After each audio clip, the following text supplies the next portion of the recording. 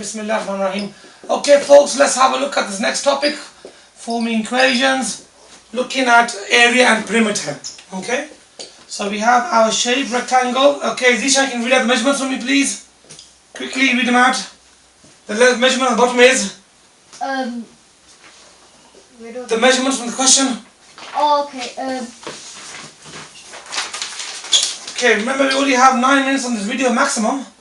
You can't spend all the time doing Okay, so the ones are right. Here we go.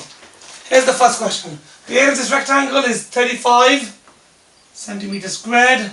The width is 5 and the length is x plus 2. So this kind of question, because it's a rectangle and it's talking about area, so we need to look at area is equal to length times by width. Okay, area equals length times by width, which is the area of a rectangle. Now, we've already been given the answer for the area. So we have 35 is equal to the length, which is x plus 2, times by the width, which is 5. Okay?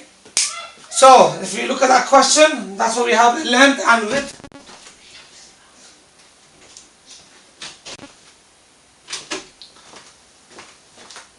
So the 35 came from here, the length came from here, and the width came from here. So the hardest part of the question is actually putting it together for most students. But we have the formula that links area to this question. We have an area, the length, and the width.